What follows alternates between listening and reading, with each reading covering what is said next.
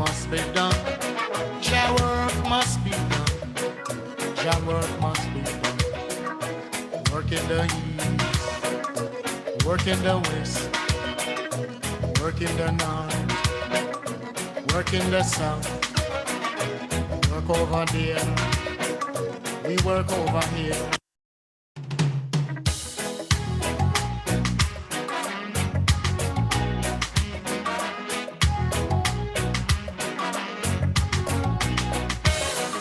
So they want I to change my identity.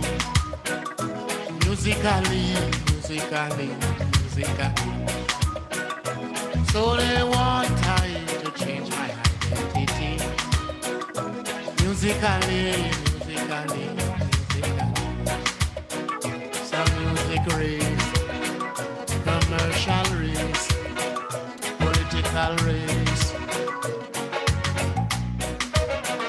Some music race, commercial race, political race. So they want I to change my identity. Musically. So they want I to change my identity. Musically. My identity. Jah work must be done. Jah work must be done. Jah work must be done. Jah work must be done. Work in the east, work in the west, work in the north, work in the south, work over there, we work over here, we work everywhere, work over there, we work over here, we work everywhere. All right, folks, yes, let me see a special greetings, a special welcome to all of you already here with us this Sunday, the 4th day of June 2023. That is your time, that is our time together right here on the Civic Vibes program each and every Sunday from the 6 o'clock hour. Well, we're already 10 minutes past 6 o'clock. You know how technology works sometime, had a little technical glitch earlier, but we finally sorted it out. And yes, we are ready and good to go. Again, thank you, Dominicans, those of you in Dominica, those of you in the region, or even further afield. It's always a pleasure to be in your company each and every Sunday from just about that time. The conversation that we're about to have, Dominicans together as a people, is a very, very important conversation on an ongoing project in Dominica as we speak. That is the international airport for Dominica being constructed in Wesley as we speak. And there are a number of issues, there are a number of concerns that one we have the international airport that is ongoing as we speak. And so this afternoon, we have two esteemed guests in our audience this afternoon, on the panel this afternoon. And that is Mrs. Annie Edwards, no stranger to Civic Vibes, no stranger to Dominicans. She's here, an expert in her field, that is. And so we'll be hearing from her in just a bit. Her first account here, read that topic. It went down very, very well. A number of persons in terms of feedback told me that, Lofty, I did not know certain things that Mrs. Edwards mentioned. And so, yes, we'll be hearing some things as well this afternoon that Annie will be telling us in terms of, you know, some of the things that we have to pay careful attention to as we are, you know, deep into the construction of that international airport now. As well, joining us this afternoon is a man from the area, living out of Dominica at this time, Mr. Wilworth Robin. I think we have heard him some time back, but you know, he's here this afternoon as an expert, as a professional. And so he too will be adding much value to the conversation that we're about to have here this afternoon in terms of his sharing his experiences, he's sharing from his professional standpoint, some of the things that we in Dominica must be concerned about as it pertains to that project. All right, so yes, we are here. Unfortunately, my co-host, Brother Alvin Thomas, he's not here with me this evening. So Alvin Thomas, wherever you are at this time, I wish you very, very good afternoon, brother. Also, Paula Celestine and the rest of the crew, the Civic Vibes crew, a special good afternoon to you guys in a very special way. Just before I move across, to Mrs. Edwards so that she can, give us an introductory statements or remarks, let me just go through the list of some of us who are there already. 62 plus persons already here. I know a number of persons they're listening and watching, and they told me to share the link with them because they too, they want to participate by at least listening and maybe contributing sometimes later by calling into the program right here. So Carol Fontaine, you are there. Good evening to you. Petra Carbon, you're also there. Lauren Lestrade, you're there. Judith Cochran, Gertrude, Ibrahim Deja, you are also there in the viewing and listening audience at this time. Marshall Lawrence, Josephine Williams, Manuel Pierre, Vernie Vash, Simeon George, you are also in the viewing audience here with us. Mary Jo, good evening to you.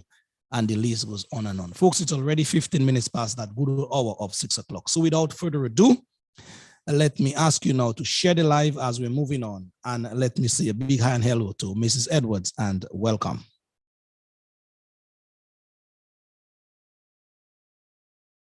Yes, good afternoon, Lofty, and good afternoon to your many viewers and listeners.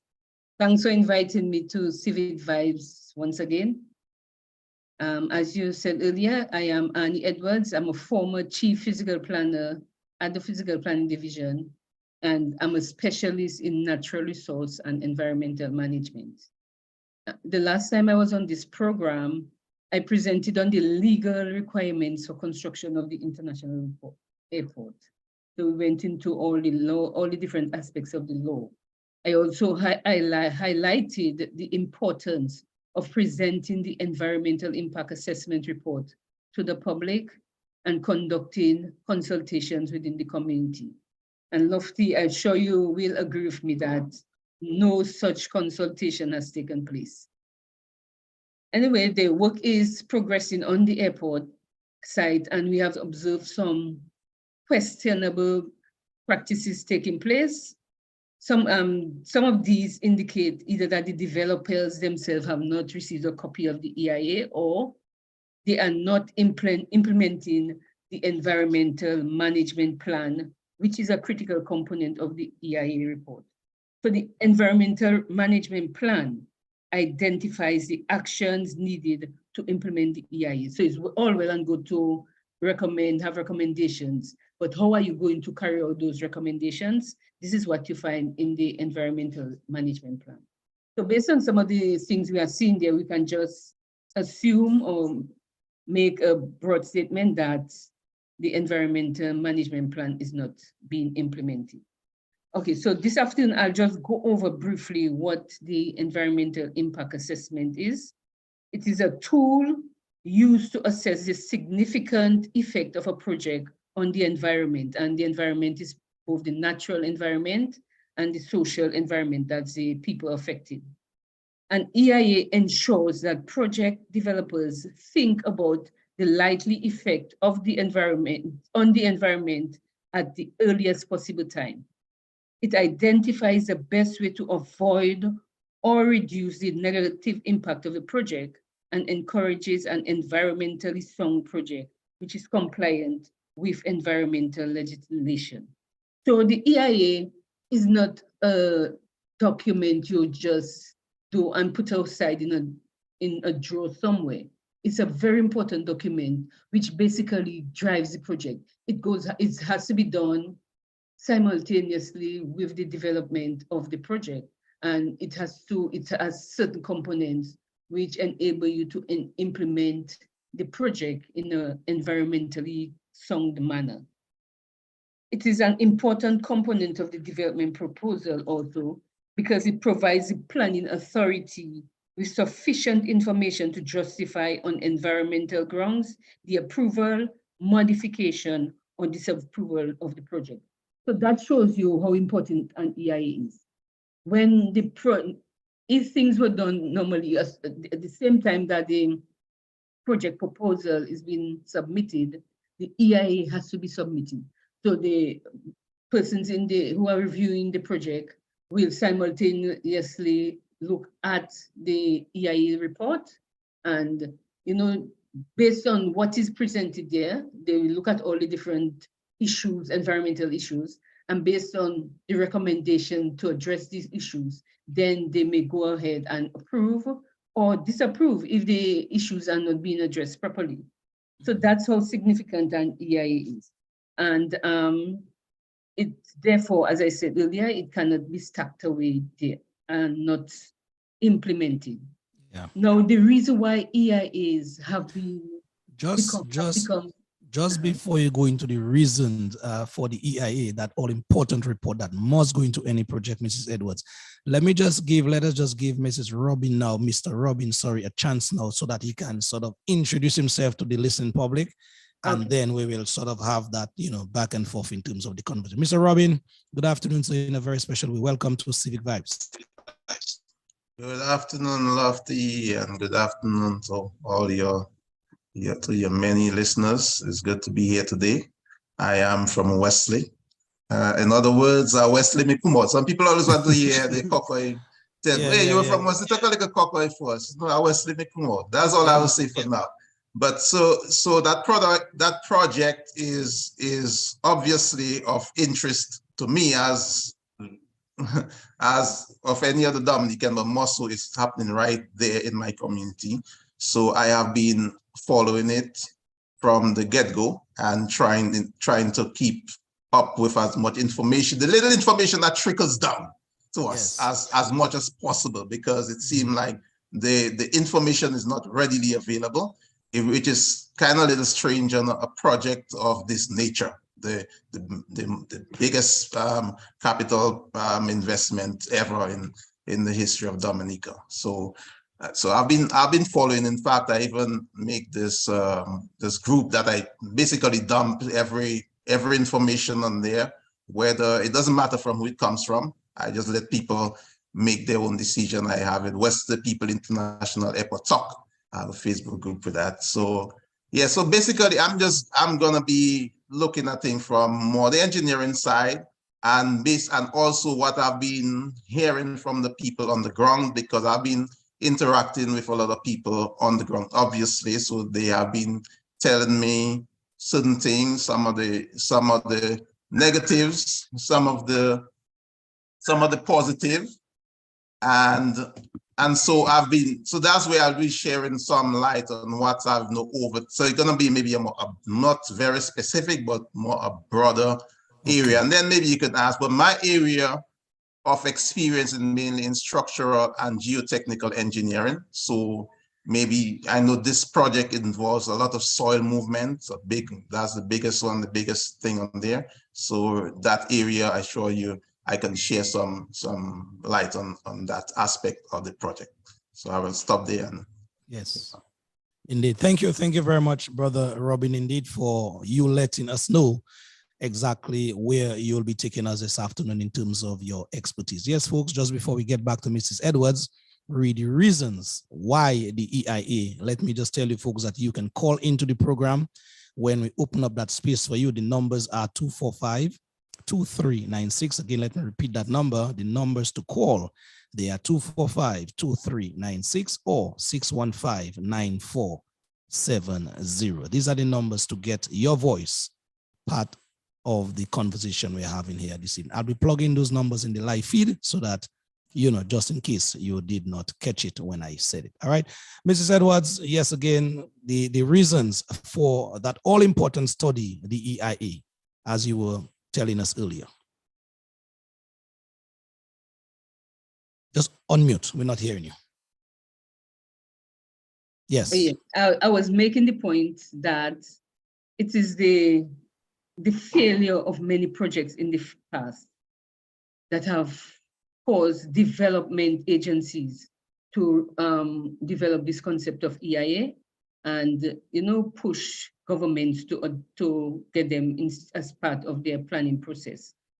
So one of the significant points we should note is that there's no development agency involved in this project. It's all passport funding. But if so, that's why we are having this conversation. So if, for instance, the World Bank or the European Union or the Caribbean Development Bank was involved in any way in this project, we would not be going through this, because simple things like a retaining wall, a seawall, a road, a short stretch of road, sometimes just culverts. You must do EIA, you must consult, they ensure that you do the EIA and you consult with the people. But I mean, because this is all funded by the government, they seem to disregard the importance of the EIA, and they are not keeping the meetings with the community. And because of that, we have already started to see serious negative impact on both the community and on the country as a whole. So what I would like to do now is to share my screen and bring on a presentation that I have. Yes, sure. Yeah. Yeah, just before, Annie, before you go into the screen, you said about we already seen some negative impacts on the community. Can you give just a highlight of one or two of these? Well, pollution, in terms of pollution, in terms of noise pollution, dust pollution, and the imminent or pollution that may take place on the coastal environment. So that is what the presentation will be, that if measures are not taken, this can happen. So I'll just go through it, and as I go through it, people could ask questions, or if Mr. Robin wants to butt in, he could also do that. Yeah. Okay, so I'm starting to do with a map that I had for the last consultation, the last presentation I had with you. It's really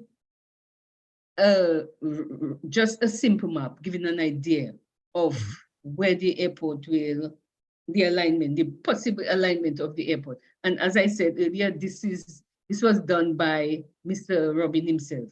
So this is by no means accurate, but it's based on the land acquisition and just his knowledge of the area, he came up with this. Okay. So, but what I really want to show you all again, bring to your mind again, is the number of waterways, you call them, or streams, and river, and there's also the Woodford River, which travels, they go right across the project area. And as you go towards the south, the southern section, beyond the village, they become, they are smaller, but they are significant and do exist.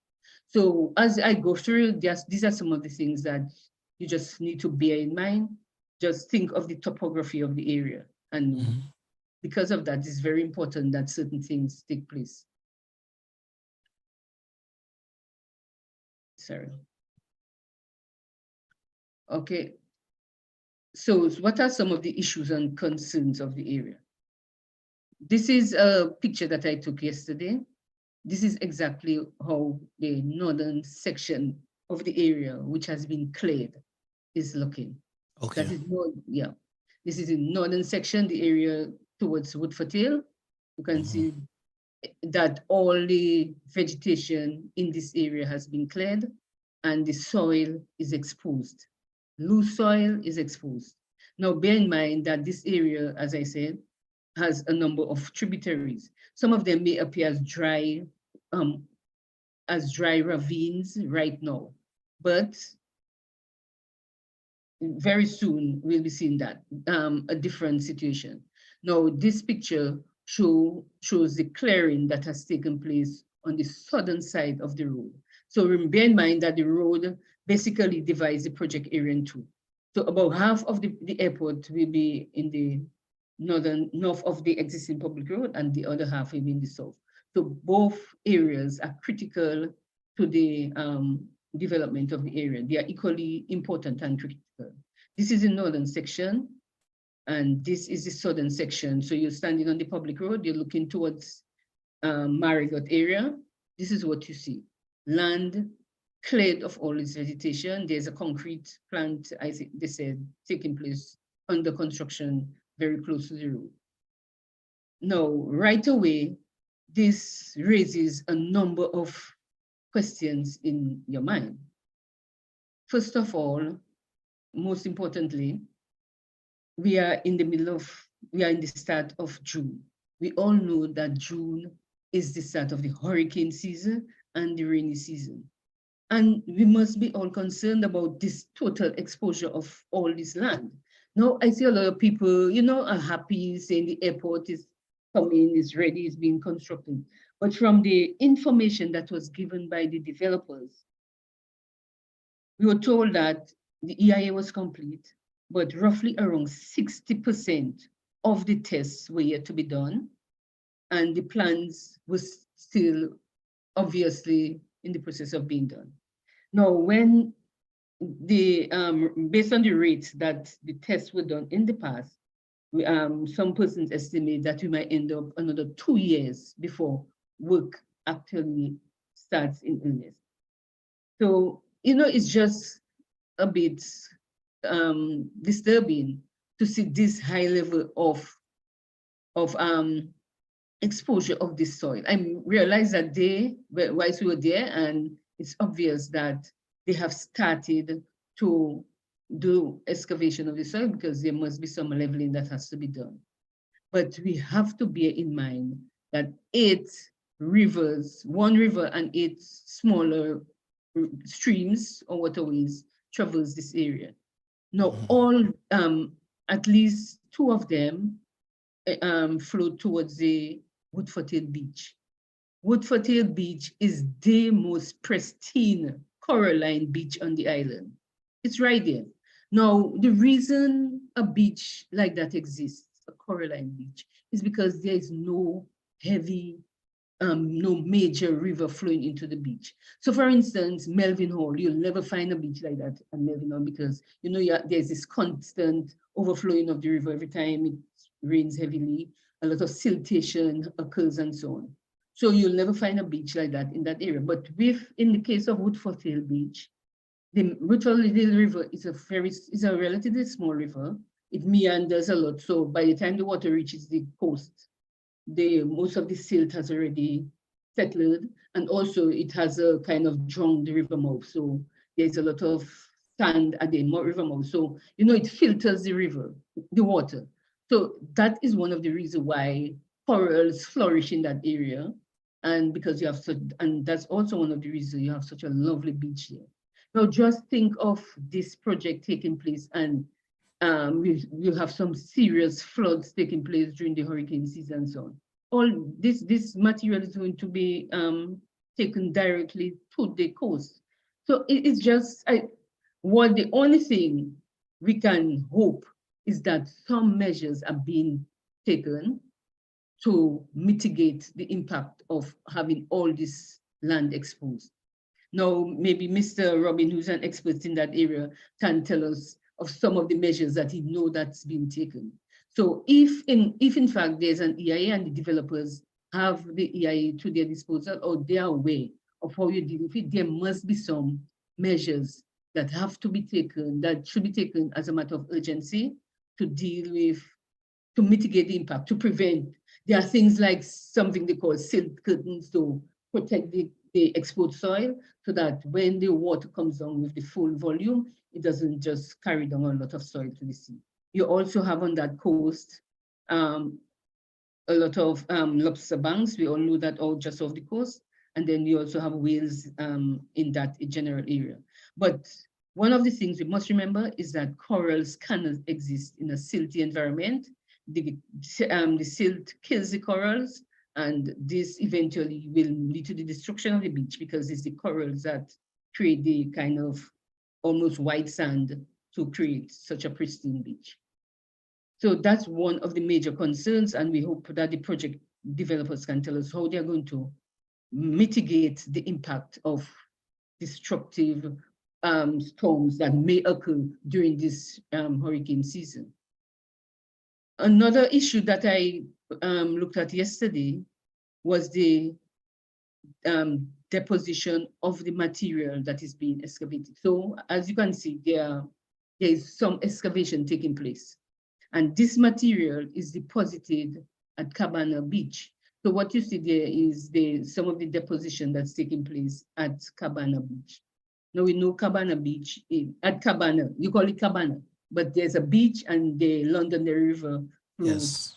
just next door. So this is actually part of the floodplain of the Londonderry River. So that is another area that has to be given serious attention. They must find some way to prevent during the hurricane season, which we know is going to be very rainy, we'll have a lot of torrential rains. There must be some way that you can protect the sea and the river by having some protective devices to take care of this loose soil. If any one of you, okay, I would say Woolworth can tell you that Wesley is the area, the place with the lightest, deepest soil. If you go to a funeral in Wesley, you never see one stone. People who farm in Wesley never see a stone. So that's how deep and light the soil in Wesley is. So it's really critical that you take care of this soil that is, rather than leave it there being very loose. Another concern, we have some concerns that the community has. There are some persons have spoken to me, some have spoken to Woolworth. He shared a video which I have there. Noise pollution. Once you're doing an EIA for a major project like that, you have to be conscious. One of the mitigation measures has to be to reduce the impact of noise. Now, the people there have told us that they are suffering. This guy spoke to me and he told me he doesn't even want to live in Wesley anymore. So just listen to this video and you'll get an idea of some of the things that they are going through.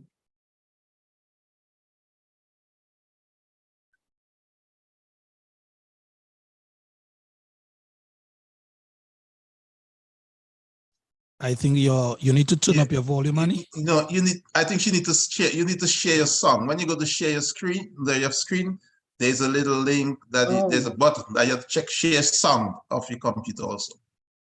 Yeah. Share sound. Yeah, you might have to redo it to get that option though. Okay, maybe. So you didn't hear the song? No, we just didn't hear the saw. song. No, we just saw We just saw the video. Yeah. Okay, well, maybe I'll try to do it a little later. But what what it shows is the extent of sound, of noise pollution that's taking place in the community. And I have to get this off.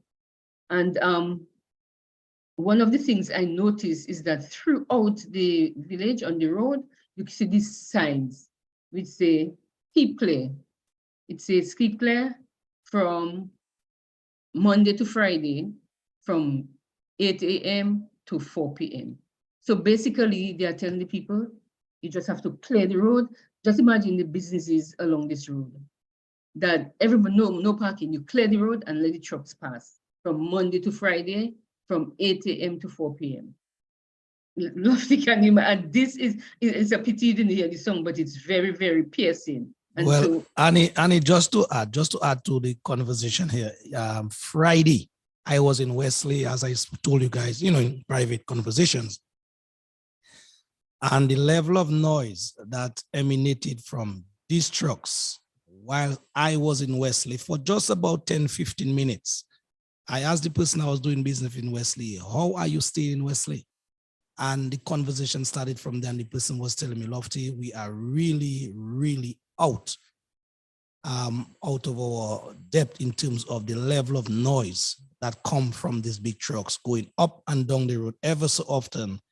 And they normally go by, the person who was telling me, in like a group, at least 5 or 6 of them, every 15, 20 minutes. And the dust that goes with it as well. Yep. So you know what happening? I'll just pop in there a minute.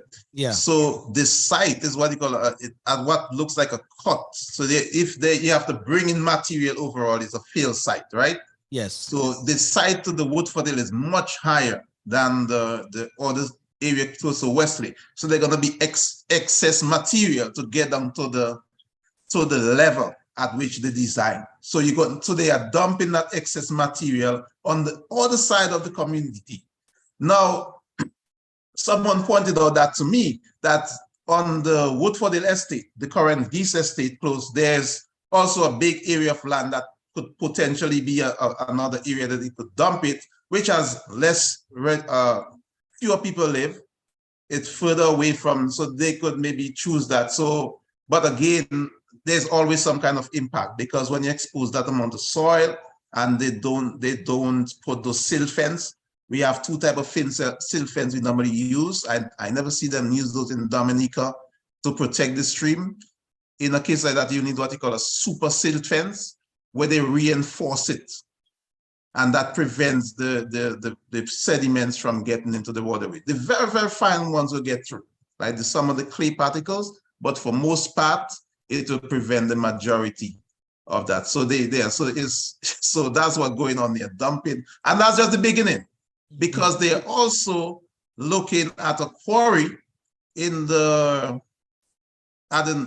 at Marigot, the north end, that side on there, and Annie maybe have some more information on that. So that's additional material. And then they're going to be transporting material for what we call the sub-base, and the aggregates for the concrete. And so that's just the tip of the iceberg. So can you imagine what's ahead for the people of Wesley? And I will stop here. Okay, so the other, we'll come back. Okay, so we'll come back to that. The other pollution is the dust pollution. The persons have spoken about the amount of dust in the air due to spillage. It's the trucks, as you can see, this truck is uncovered. They move up and down without any cover. And then in some areas, as you saw earlier, the runoff from the site, because there isn't proper drainage taking place on the site. And the other one is, okay, so that is the road, because of no drainage, the soil runs off into the road. And the other cause of it is obviously because of the landscape being exposed. So when it's very windy, just pick it up. And this guy, I spoke to him, he just decided he has to move out of that place. The dust was just affecting him. And the other issue is the road edge failure. This is another video, but again, it would show you how, because these trucks are so big and heavy, some of them have up to 24 feet, tires, sorry. They, sometimes, they have to go off the edge to make room for other vehicles, and, it's causing a lot of edge failure. So I'll just stick with that for the time being and let Bill go on. So those are some of the immediate impact. There are other side impacts that I'll deal with afterwards. Yeah, just before you come in, Brother Robin, and he touched on the point of the trucks that are transporting these materials, and the materials are uncovered. In Dominica, there is this big hue and cry, Annie. Well, Annie will know, Robin may know, whereby our local truckers, whenever they are transporting materials from one site to the other, there is this mandate that these materials must be covered. And so our local truckers here on island, they are hassled by the lawmen, they are hassled by the authorities to do just that. And that is right. And so what we are saying, a project of that magnitude, and your trucks, or the Chinese trucks rather, are allowed to carry materials in that fashion, in that uncovered fashion, then we have to ask ourselves, is there a law for Dominicans and a law for foreigners? I mean, the same thing here. The truck cannot do what these guys are doing there. They must cover their stuff and their load. And there's I was working on this project, right, in Maryland, where they were building a dog shelter. And guess what? The soil had a certain element in the soil was causing the dogs, a lot of the dogs, they were getting cancer. And it was due to what was in the soil. So just think about that. I mean, I don't know what's in the soil there, but sometimes there's stuff in the soil that could affect our health when we nail it. So we have to get ways to minimize those kind of things. And the thing is, that some of them, in terms of cancer, you don't see those effects until later down. And I don't want to sound like I'm against the airport in any way. I'm just take precaution to minimize. I want to see the airport come through, but take precaution to minimize those negative impacts on the community. So as we're on the dust situation, Brother Robin and Edwards, can you guys foresee a situation whereby some of the people of Wesley, some of the people in that immediate area, maybe, I repeat, maybe, using that word very cautiously, coming down with some kind of respiratory, situation in the not so distant future. And that may be caused or be attributed to that situation that is ongoing. Could that be a reality? There's always a possibility. You don't know what's in the soil. Some things linger in soil for a very long time. And there are some people that naturally they can't even take dust. I mean, we know people that have asthma. Yes. A little dust is all it takes to cause that thing to flare up.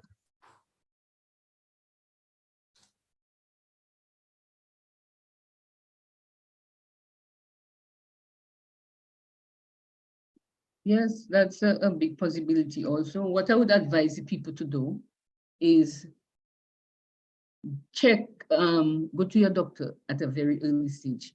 Check your lungs, everything. Have your information there on your respiratory system. So if in the future you start developing any serious respiratory problems, then it's easier for you to justify it. So now is a good time.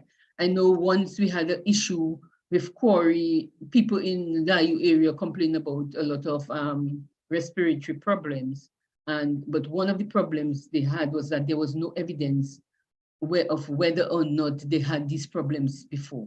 So it's a good idea. With all this dust, you have to protect yourself, get your lungs, your respiratory system checked. And if you develop any serious problems, which God forbid, because sometimes what you develop may not even be treatable, but at least you have some way to justify it, because is that, or if the government takes more serious action to prevent all this impact on the people. But that there's a great livelihood. This estate, a lot of these lands were on the bananas for a long time, and we know the high rate of chemical use in the soil. So nothing should be taken for granted. Very good point. Very good point. So they establish a baseline. Yes. So that they could check. Yep. Establish a baseline. All right, as we're here, folks, you need to share the live as we're going on. We're having a very candid conversation here with Annie Edwards and Brother Wilmer Robin, talking about some of the issues and concerns as the airport is ongoing in Wesley as we speak. The telephone numbers that you can call, they are 615-9470 and also 245-2396. At 7 o'clock, we're going to give you that space just in case you want to make a telephone call to add your voice to that all-important conversation. Yes, Annie, Robin? All right, so Robin can go ahead. Okay, well, I guess you have to stop sharing screen, or is it? Yes, you're there now. All right, so let me share my screen.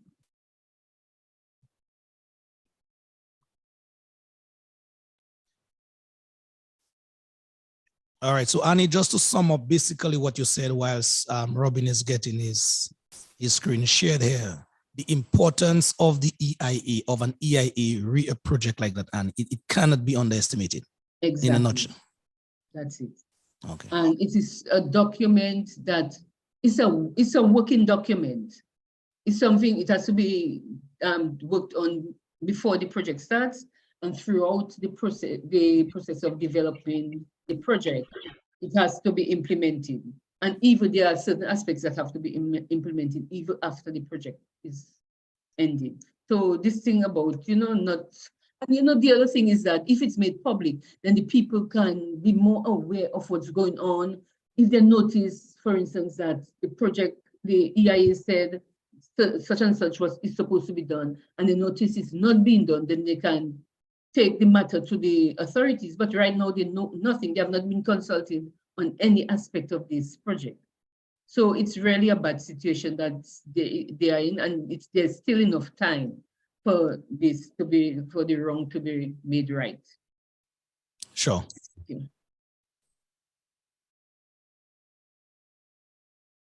All right, so I'm just gonna there's some things within what Annie spoke about earlier that might be in here, so I'm just gonna go through. I know we talked about the airport and the location, so I'm just I got this plan from actual borrowing data that they have and I superimpose it on the Google map. So that's what you see in here. And to give people some perspective, if you can see my cursor, that's Woodford Beach around here. And there's a Marigot Bay in Wesley. This is Marigot Bay. This is Cabana Beach down at the end here. And so on. So give people some perspective. That's the main road. That heavy yellow line, that's the main road passing through Wesley. This point here, that's the Northeastern Funeral Home. I'm just trying to give you some perspective. That's the palm tree area. When you reach the top of the hill, you make that big corner going down to the Scorriers, down that area. So you see the extent of this thing, and it's a very big area. This airfield is about 1,000 feet wide. Right? It's an almost like 2 feet long. And in addition to that, beyond the end of the runway, there are some clearances that have to be met, right? You have obstacle clearances that have to be met. So for instance, you cannot build a tall building around this area because there are certain height restrictions beyond the limits of the airport. This area, for the people that are looking in Wesley, this area around this start of Phillips Avenue down here, they are proposing a new road. It's kind of light here, but if you look closely on your computer, there's a field. If you follow my cursor, they're proposing a road going all the way straight down to Woodford Hill. They mentioned a tunnel, and right here, so the road, it seems like they're cutting off the main road and going and diverting just by Eden Inn. That's Mr. Kenneth Barney's place, going around there and they're making a tunnel, this line right here, and going back around where they have the current, they're making the current concrete and asphalt plant right here, right where my cursor is. So I'm just trying to give you some perspective here. Some people say that they were further back from the alignment behind Phillips Avenue, and they were taking their property. Well, you know what? That's where the terminal and the stuff they're planning to be. So that's maybe why you're maybe a little out of the main airfield way, but the parking lot and the terminal and thing, that's where they acquired some of your land. So just giving you that background information. So basically what's going on here, based on what the conversation they had when they came to Wesley, I think was it in April, that they're doing pre-construction stuff, clearing on the land, getting the geotechnical things. So the actual construction of the airport itself haven't started, but they cleared the land to give access for the boring equipment and so on. And I know earlier on when they did the presentation, they said that 148 borings were completed out of 604, something like over 600.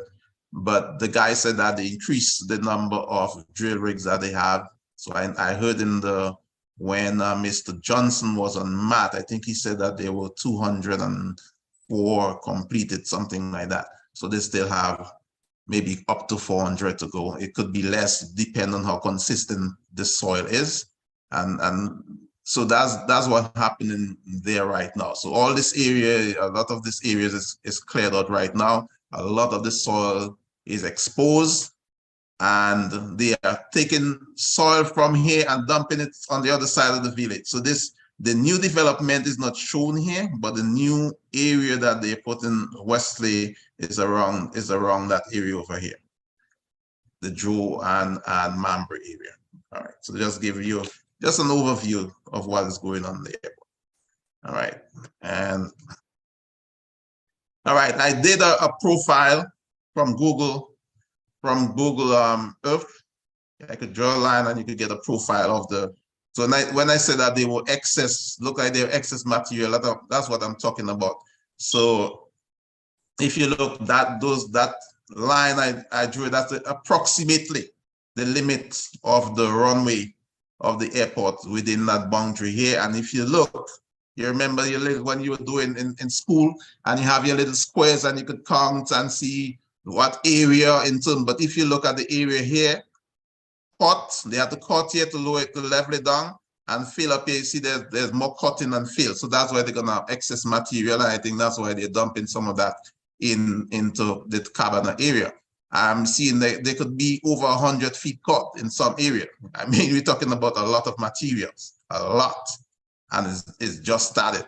So the people of Wesley maybe have to really, so they really need to take a lot of precaution to minimize the impact, because it's gonna be over a long period of time. And I think with the dust, they may say, hey, you complain about the little dust. Yes, but that's gonna accumulate over a period of time. It's gonna be a lot. I mean, I was there. Randy, everybody know Randy on Wesley News Online. He was telling this lady with a shop close to the road, say that, or some kind of business close to the road, say that she cleans over 50 times a day because of the dust accumulation. It's really, it can be really serious, and this is just the tip of the iceberg. All right, Robin, just before you proceed, though, I want you to listen to someone that is listening to the program now as we on the aspect of dust. Let me let you guys hear what that person have to say in terms of the conversation we're having here as to his perspective on the inconvenience, as it were, that the people of Wesley should sort of not complain. Let me let you guys hear him in his own voice. Take a listen. When the company SIT was digging in Roseau for the sewage plant, digging Newton, Citronnier, some part of like Funkole side, Goodwill, or all over Goodwill. You know the amount of dust people had at their home? All now, you know the amount of dust that people at the car reserve is going through because of the road being, rebuilt. Do you think we should stop the project? Do you think they could stop the project of the sewage plant in Roseau? Come on, development, there's a price to pay. You cannot leave your place open. If the porch is outside, the porch is outside. After a while, somebody hose it down. Every porch is supposed to have a drainer. And once you hose it down, the dust will come out. Come on, man. Don't make that an issue, man.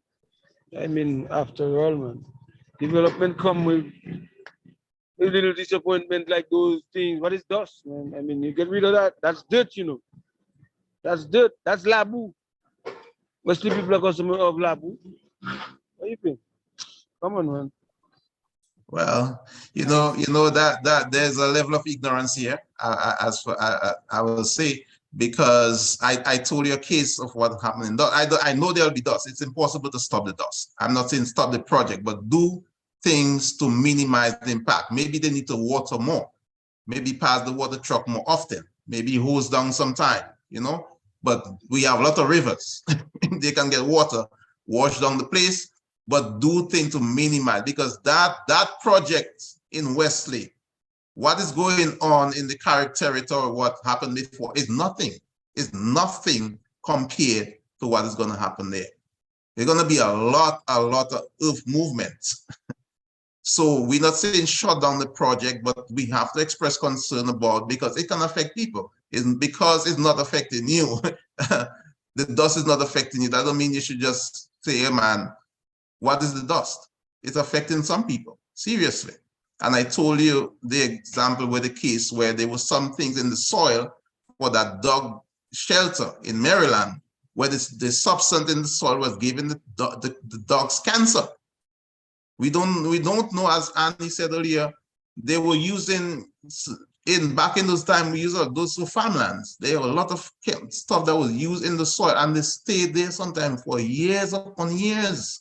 So you don't know. So we don't want to inhale that kind of stuff. So don't be not saying shut down, but get means to minimize the impact. Annie, you're still there? Yes, I'm there. Any thoughts based on what you heard? Okay, so that takes me right, as he was speaking, it takes me right back to the environmental impact assessment. An environmental impact assessment is very standardized. And when it's been done, you must pay attention to pollution. And as I said, there is air pollution, there is pollution of the waterways, and there is also pollution caused by the air, dust, and noise. These are standardized components of an EIA. And in doing your management plan, you must put mitigation measures to lessen the impact. As Mr. Robbins said, you could have more watering trucks there. That's one thing. Ensure that the trucks go up and down the street regularly to keep down the dust. And then there are other measures that could be taken to maybe cover some aspect. I don't know. There must be measures. It's not for me to determine. You as a developer has to be cognizant of the fact that the people, this is a small village, you are moving your trucks up and down the village for 9 hours, the people live in the village. This is a lot of discomfort. They did not anticipate that. It is something they have agreed to go ahead with the airport. You have to take their health and their whole situation into consideration. So as Mr. Robbins said, this is just a bit of ignorance that we shouldn't even get distracted with. Yeah. Yeah, thank you. Yes, Robin, continue, go right ahead. All Thank right, you, so we're talking about issues, and yeah, one I had is the dissemination of information to the resident. And what Annie mentioned it, and everything kind of ties in, you know, is EIA. What are some of the implications? What was some of the stuff in there? The dust, how were they going to deal with that? There is the information. Getting information on this project is not very, very readily available. I mean, I know we had people on ground when I was involved with this organization, and we're trying to get information, and we could not. We could not. In fact, we even tried to have a sitting with the parliamentary representative and the prime minister, and the guys just totally ignored us. Yeah. So dissemination of information on this project of this nature is very, I mean, I give it an F. I give it an F. We should have a website with daily updates. We should have somebody that's knowledgeable of the project coming on regularly and giving updates as to what. This is a major project. I have at the end there's some comparison of what happened at the Agal Airport in St. Vincent, completely different. And again, the availability of the EIA. I know they say it's completed, but where is it? I do not know. I know. Annie, have you seen it? You see, I was working on the project here. I was working on the project here in Maryland. We're just in the proposal stage. It's a major project. I could just go type it on the website and I get the whole EIA. It's a very thick, very voluminous stuff, but it's right there available. Okay. All right. So the other thing, the issues, land acquisition. I know when we started off, again, I don't know how many people saw that meeting we had in Wesley with David Edwards and Cameron and Ben Nanzin and Melba Phillip and Dr. Benjamin and some other guys. Yeah, and I remember when Ben Hansen came out and was reading some document he obtained, and a lot of people did not even know their lands were already acquired. Because, I mean, legally, the government went through the process and they put it out, and so legally they could say, you know why we put it out there, but the people, how many people go and read and look for those things? So a lot of people were not even aware that the lands were already acquired. And several people have still not been paid. I heard when the last time they were in Wesley, the housing minister, is it Mrs. Skerritt, said that there were 20 people were not paid out of 298. I believe that number is higher, but that's what they said. All right, because I could easily count over 10 people that have not been paid, and I verified that up to today. All right, so if I know that amount of 298, I find it strange that I know all that big percentage of the people that have not been paid as yet. And some of them also told me that they are difficulty reaching the authorities. So when they have problems getting the people in authority, or even when they try to reach out, they're not getting response. All right. And some people say they will offer less or even some about the same amount that they paid for the property. I know, I hope in some case they hold off. One person actually told me the initial offer they get was really low and they ignore, and they actually came up after and she got paid at what she asked for eventually. So I hope that's the case for the others there. But definitely at least 2 or 3 people told me that the offer was about what they were paid for the land. Can you imagine that? All right.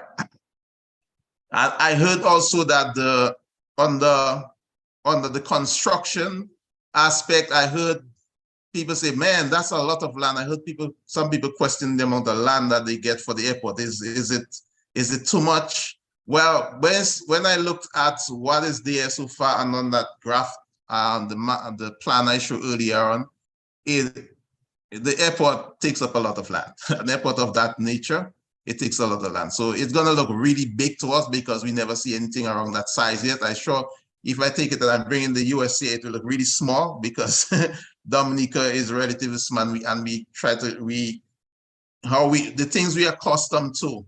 Sometimes it can kind of throw us off, but it requires a lot of land. So what you see in there maybe is realistic, except maybe on where the Chinese are building. And if I go back quick to that one, the Chinese are building somewhere around here. That is, if you look at that red line, I don't know if that's the property line, but that's some extra land outside of there. So that's the only area I see the extra land outside of the typical, what they actually need for the airport, although there's a road there and they will need the land for the road also. But apart from that, the area looks reasonable for that size of airport. All right. Geotechnical exploration. I know some people, there were questions about, can they go, the geotechnical exploration be ongoing and they still saying that they're going to build it? It is possible. It is possible. So I just wanted to clarify, it's possible that they don't know everything that's in the soil and they can still say, right, we're going to build it. But the thing that could happen there is a risk, right? If while you're doing that exploration, you get really poor soil, then you have to do something to treat that soil or design a foundation system that could work in that type of soil. It's possible, right? Because even there's poor soil, we have what we call deep foundation system that we could use, or you can, if it's depend on the extent of it, you can remove it and backfill with more competent soil. But all those things, if you did not plan for that, it could increase your cost dramatically. And if, for instance, a deep foundation system where you have to actually use like steel pile and those things, now that can, in some cases, it can be cost prohibitive for your project. So it's a risky thing not to finish your geotechnical work before selecting your site. In fact, for instance, in the Argyle Airport, they did all that. They did all of that. The geotechnical, the wind study, in fact, 3.5 years of wind studies, and the EIA, and did a plan prior to deciding on the land that they were going to use for the airport. That was in the Argyle Airport. But it seemed like I guess we don't have that kind of luxury in Dominica, maybe, I don't know. And the other thing too, as Andy pointed out, in Wesley, we don't have much rocks in Wesley. We don't have much rocks. I know there's a rock, what we call a rock outcrop somewhere in bottom Wesley, but that's about the only piece of rock that I know in the village itself, except what we have done on the bayfront. So in a case like that, you're building the airport, you have to look at where am I going to get those material, and most likely it's going to come from outside of Wesley. So that's what I'm saying in terms of this truck passing now. That's just a little tip, because all these material, the aggregate for the cement and the asphalt, and some areas for the foundation for buildings and parking lots and all these things, most likely they're going to come from outside of Wesley. And you talk about a typical roadway for a truck, the pavement section on a roadway for an airport is much thicker. So you're going to have a lot of material being transported into the village. So my Wesley people, I'm very sorry, but this is just a tip. And you have to do whatever you can to protect yourself, protect your lungs, your airs, and whatever you can do. But yeah, that's just the reality of it for this project. And I heard also the Mr. Johnson, that was the manager. He was talking about the payments when they was asked about the payments to the owners. That was not his thing, and he was not involved. But that too can affect his schedule, the project schedule, right? And project, you have what you call the critical path. You have certain projects that have to occur before another can take place. Now, if you have certain landowners that you did not pay and they say that they're not moving, that could be a factor in whether your project finished or not. So that as a manager, he should ensure that those things are taken care of before his project end up delaying as a result of those things. So that's just one area, although it's not directly responsible for that. As a manager, he should be looking into that. And also the representative for Wesley, Mr. Grant, should also be looking into that also. I heard when they mentioned about they paid like $24.6 million to the landowners, he was aware that there were people that were not paid, and he did not mention that. I find that was a little poor on his part, and I hope next time he go on a public forum like that he would recognize these people and at least tell them about that they will be paid, hopefully in the future. Give them that assurance. And he talked about the effect of the trucks on the main road. I think I have some pictures showing some of the deterioration of the roadway as a result of the truck. Now that's expected. No big deal, but I just hope that they're gonna fix it once they finish, because I think that was one of the best roads that was constructed, that Sintra Road from Portsmouth to Hatton Garden, and most of the road remain in really good condition from since that time. Typically, you design road for 20-year life expectancy, for 20-year life, and this way exceeded that and was in really good condition. But trucks have much bigger effect on the roadway than a car. In fact, when we design in pavement, we don't even consider cars, because like one truck pass is equivalent to thousands of truck passing on the same road. So that's how the difference is. So the trucks thousands of cars. Yeah, so when you design and basically ignore cars, you really check the truck traffic to design your pavement. All right, another thing on the construction is there's a stream crossing, and Annie mentioned somewhere 8 of them. Now, the thing is, and I noticed, and that's a concern there for me, because I know, for instance, those foreign workers that come in, and I hope the designers, they get some information from the locals, because Dominica gets a lot of rain, right? So the little what we call freeze gutter and man gutter in Wesley, those things they're almost dry now. I went down there, I could hardly see anything. But in the heavy rain season, those things flow.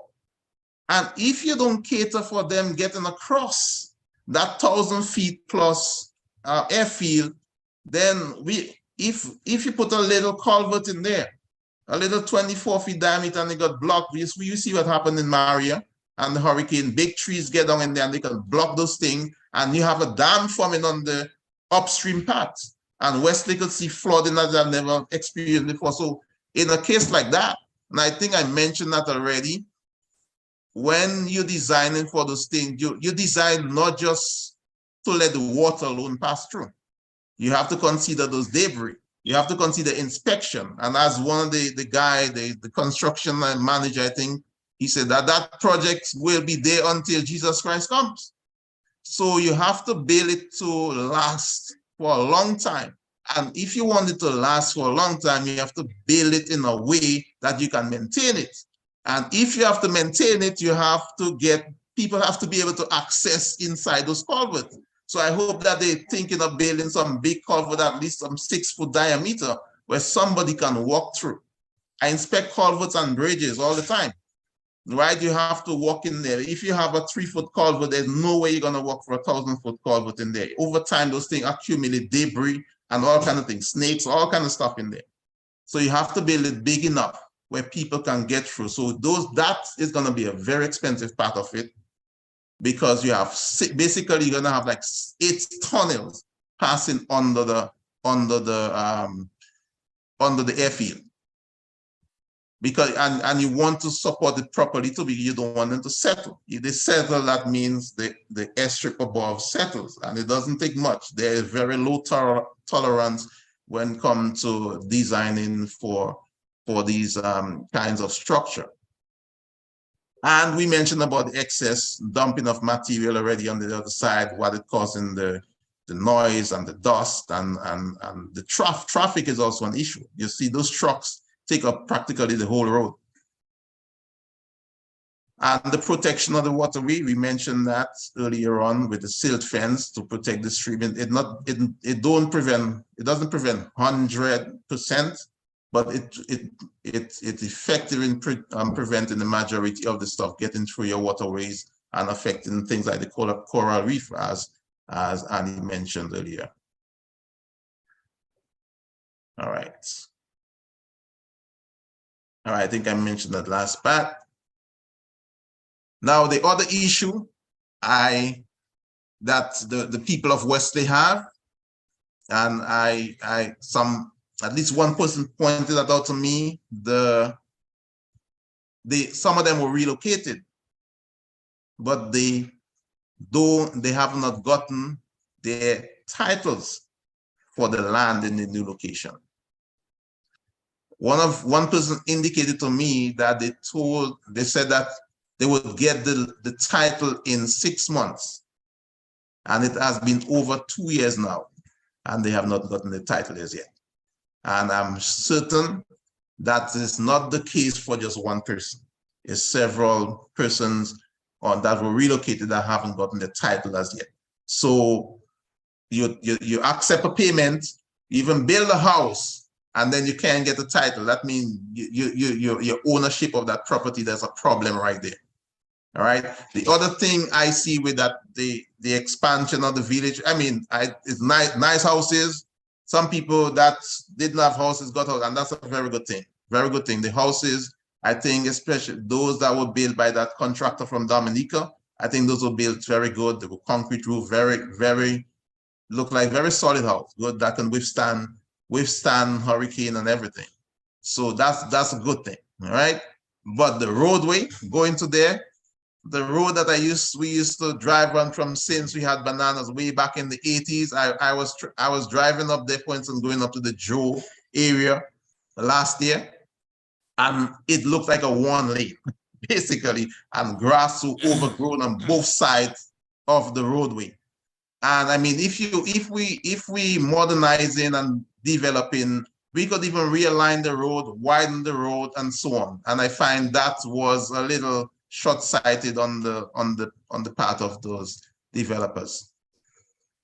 Now, I don't know if I should go in that part, but maybe I will go in it just so that we can hold the Prime Minister and some of the people in authority responsible, because they made some statements, and sometimes we have to go back to them and hold them responsible for these things.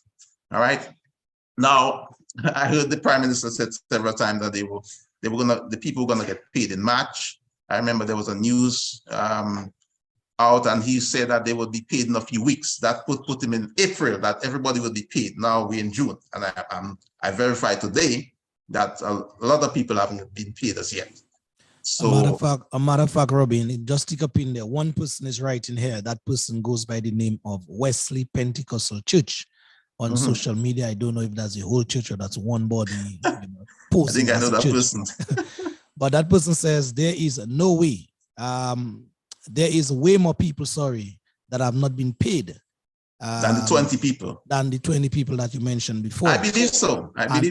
And added to that, they're saying that these persons have not received documentations, titles that is, for the homes or the property that they were given by the government. Yeah.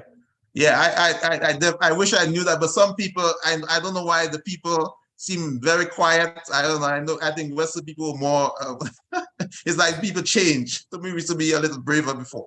Anyway, another promise, and I hope the Prime Minister will hear that. So the Prime Minister said in a statement in Wesley that they will use the soils lab post-construction, right, for the people of Wesley, so that they could train people. That's a very good thing. That's a very good thing. I looked at the lab. I saw some of this stuff in it. It's a very good lab. It's a very good lab. They got really good equipment. I have to say that. But we have to, when they make statements, we have to hold them to their words and make sure that they follow up on those things. That's a good thing. It's a good suggestion. So I want to mention that again and say, yes, Prime Minister, I heard you. That's a good thing, but make sure it happens. Because based on what you're saying about payment, I'm not very confident. I made so many times that they say 1 month, a few weeks, and it hasn't come as yet for some people.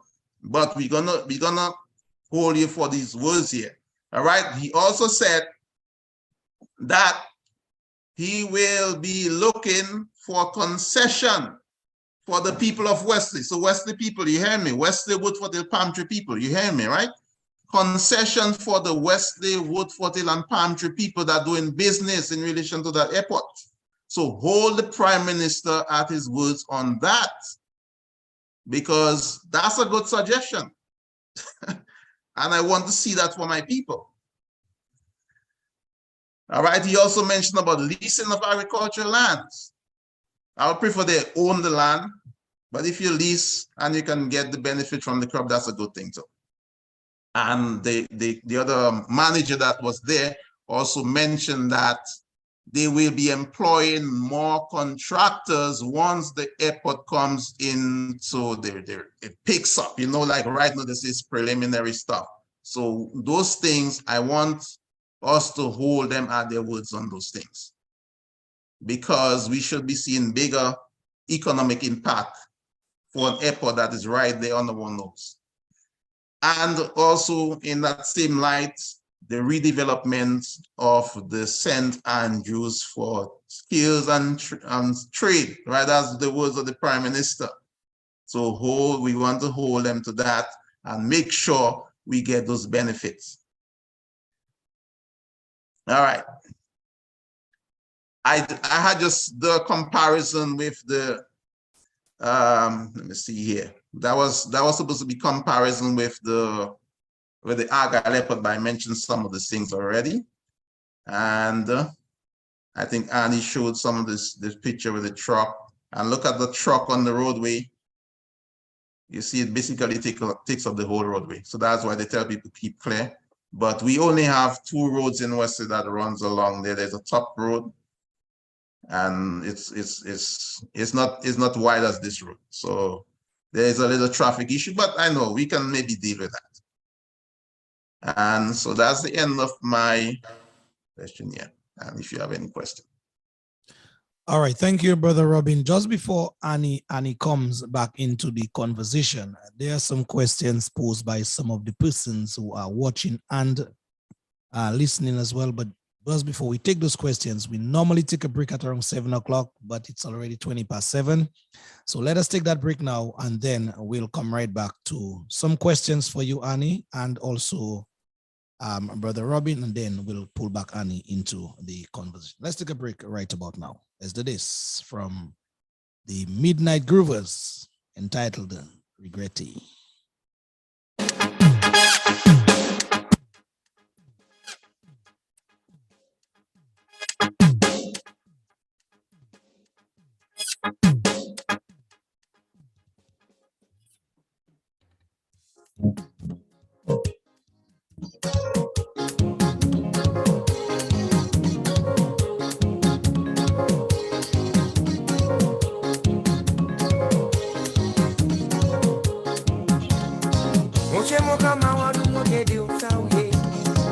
Même sous colère ou qu'à parler, tous les jours c'est même, ou pas qu'à changer. Là où qu'est collé à la client, c'est là où qu'est changé. Assis dans où qu'est regretté. Assis Joseph, où qu'est regretté. Assis David, où qu'est regretté. Assis Michel. All right, for those of you just tuned in at this time, we're having a very special conversation here with Annie Edwards and also Mr. Wilmuth Robin. Citing some concerns re the airport, the international airport that is now under construction in the Wesley area. As they clearly stated from the beginning of the program, they are not against any project of that magnitude, far less for the international airport, but as experts in their field, there must be some concerns, there must be some issues that must be taken on board. And so far, some of these concerns and issues have definitely not been taken on board. Hence the need for highlighting them.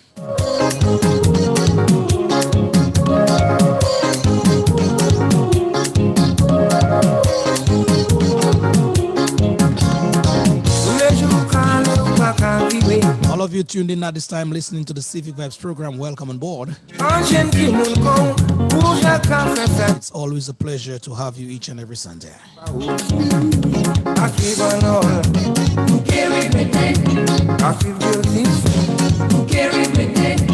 All right, in the interest of time, let's cut this one and get back to the panel here, and also we'll be taking some of your comments via the live feed. Brother Robin, I saw a comment earlier which sort of, eludes me right about now, but basically in a crunch, if I remember, I know we haven't touched on the other proposed site for another international airport that was proposed, but when you had that topo up, someone was asking the question whether the other site that the United Workers' Party had proposed, whether there will be that level of cutting. I think you mentioned about 100 feet or more of earth movement.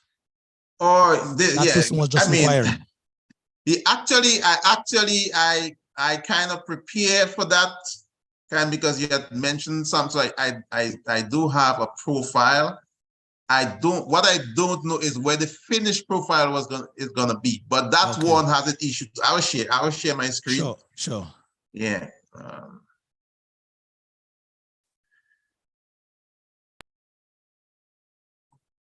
All right. So that is now let me make this thing. So this is a Google profile, right? This doesn't have to be accurate. This is just based on an alignment I look at from Google, and you can go on Google Earth and it can give you a profile. There might be a plus or minus, maybe, I don't know, maybe 5-10 feet. All right. So this is one alignment along the UWP alignment. All right, on the UWP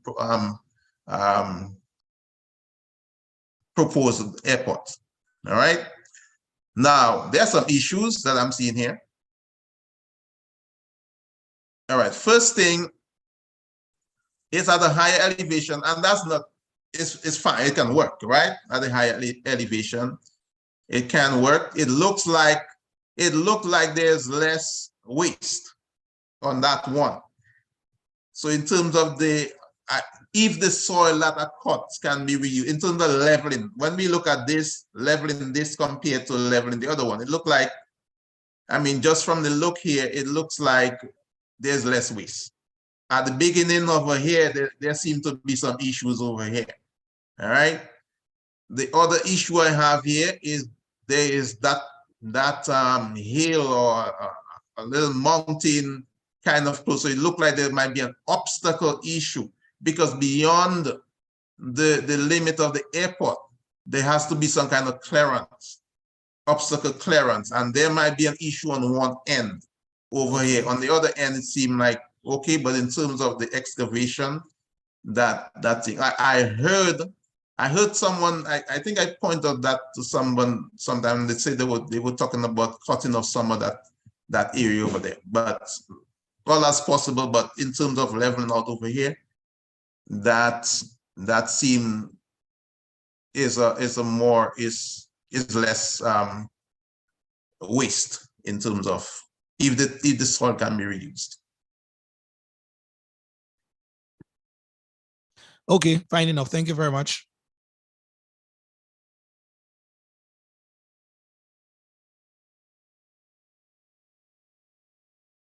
Yes, Annie, you can proceed whilst I try to pluck out some of the other concerns or questions in the live feed. And folks, remember the number to call into the program, just in case you want to have your feedback here or comments here. The numbers are 245-2396. Again, 245-2396 or 615-9470. We have about half an hour to bring the program to a wrap in just a bit.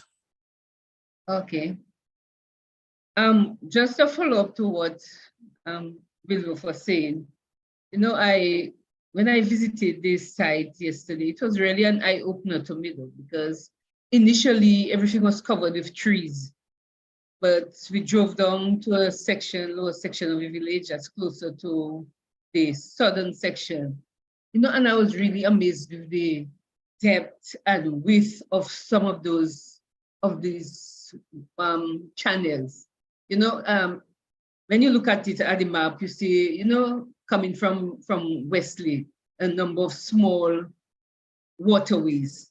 But when you get into that area, it's not, the waterways might be small, but the depth of it, the width, some of them like over 100 feet wide, the depth is maybe 100, you know, going down real deep. It's not, when I look at it, I said to myself, if an airport really is completed there, it might not be in my lifetime. There is a lot of work to be done. And people should not underestimate it, the people of Wesley. And you know, a lot of people, when you bring up the whole concern about the airport, you know, they get upset. But this thing can go on for a number of years. And you know, I'll just share my screen on again. Share my screen again, this one. On what is called, I don't know if some of you have heard about it, and the Escazú Agreement. It is a landmark regional treaty for environmental defenders, people like us who want to protect the environment. And it emerged from the 2012 United Nations Conference on Sustainable Development. Now, this is a conference Dominica sends participants to every year. It's well funded, and it's for all United Nations countries, you know, to attend. And it is now the agreement is the first legally binding instrument in the world, which includes the provision for environmental human rights defenders. So what it means, people who defend the agreement, the environment, now have a legal agreement, which kind of gives them the strength and the permission to go ahead when these projects are going on. You have a right to defend the environment. If you see things that's taking place that will affect the environment in the future, you as a human rights agency or defender has a right to do that. Remember, right now, there's a lot of talk about sustainable development.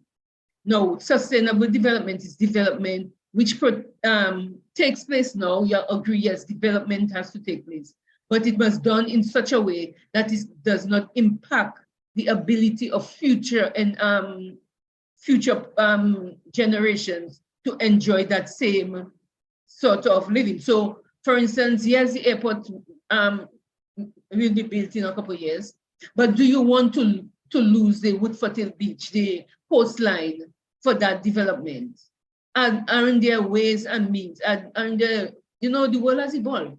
And there are mitigation measures that can be put in place at a very early stage to ensure that the development takes place in an environmentally friendly way. And that's all we are saying. People, you know, anytime you talk about these things, some people get upset, you shouldn't talk. But people like me and Mr. Robin are experts in our field. I studied environmental management, and not only studied it, But working at the planning department, part of our work was to implement environmental management systems.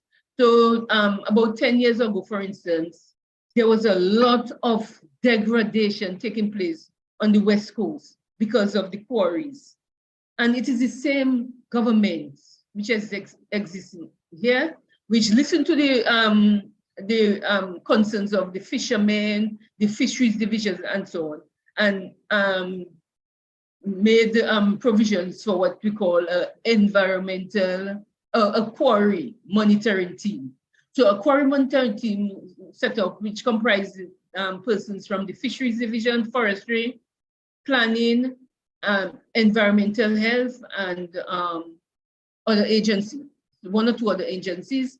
And we would go out to these quarries every quarter, looking at their systems, ensuring that things are done in an environmentally friendly way. Initially, there was a lot of pushback for us, but they realized that what we were doing was good, was beneficial for the public. So for instance, if you all, I don't know if you can remember, at this area, Rockaway, whenever there was quarrying activity taking place, you would see a big plume spreading out in front of the Rockaway area. That was causing a lot of concern among Dominicans, and that was one of the problems that was solved with that quarry monitoring team. We went to that facility, look at their systems, and recommending things like sedimentation ponds, grease traps, silt curtains, and all sorts of things. And right now, almost the entire West Coast is clean of this sort of debris.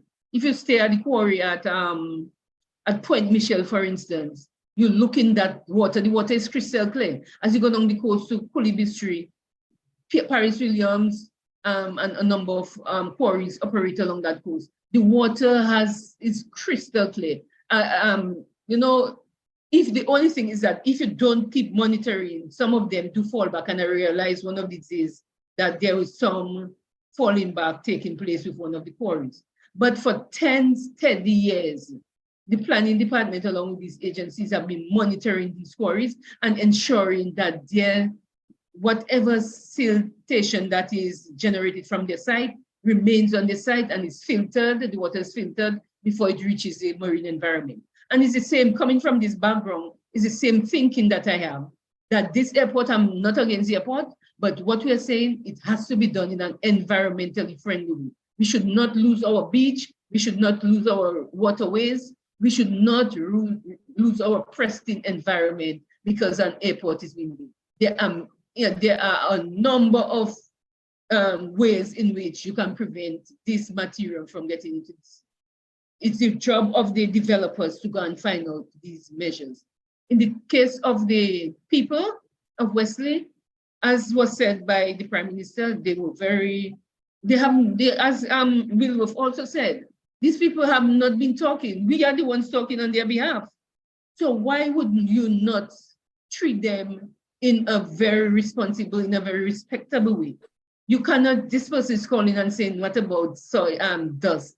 Dust causes lung problems. And if you are exposed to dust for years, this project could go on to 5, 6, 7, I think the one in St. Vincent went up to 7 years. This can go on for an extended period of time, and this can affect the health of the people. And under the Planning Act, the planning department has a responsibility to ensure that when these projects are taking place, people are not negatively implemented as much as possible. The people don't have to suffer any lung problem. They don't have to suffer from this noise problem. There must be an alternative. Probably there, for instance, with all this noise, they should look towards getting another route, maybe using some badges when they have all their material to bring. They should not make the people suffer. And that is what I'm here for, to defend the rights of the people of Wesley, even if they don't want to defend it, because I've been defending the rights of people from an environmental perspective for a number of years while working at the planning department. So I just wanted, and we have now, although when I look at the number of countries that have adopted this agreement, I realize that Dominica's name is not there, but it's an agreement, it's a legally binding instrument, which is there to protect people like us, our rights to question governments when they are doing things that's affecting the environment. So I just wanted to make that point, Lofty. All right, thank you very much. And before Robin comes in, I think we have somebody on the telephone line who wants to make a point or contribute to the program. Caller, good evening. You're on. Welcome. Good evening. That's what I saw the program. Lofty. You know, on Matt's show, a young lady asked the question, why not putting up a billboard so people could know the state of the project, who building the project, the contractor who building the project, the cost price of the project, and everything pertaining to the project. And Sam said to him, them fancy things, they're not important to him. All what he want to see the project building. But I know a project of that magnitude that's been funded by the passport, Dominican passport. I think we should have a billboard telling us when the project, where it is, and who going to build the project and where the funding coming from. And another thing I'm saying again, when I watch, I watch the satellite, I watch the architect, how he's showing, I cannot concern when the aircraft coming in and going out, if the noise and if those things will not have an effect on the people from Wesley. Thank you. God bless Dominica. Thank you. All right, caller. Thank you very much indeed for your feedback here.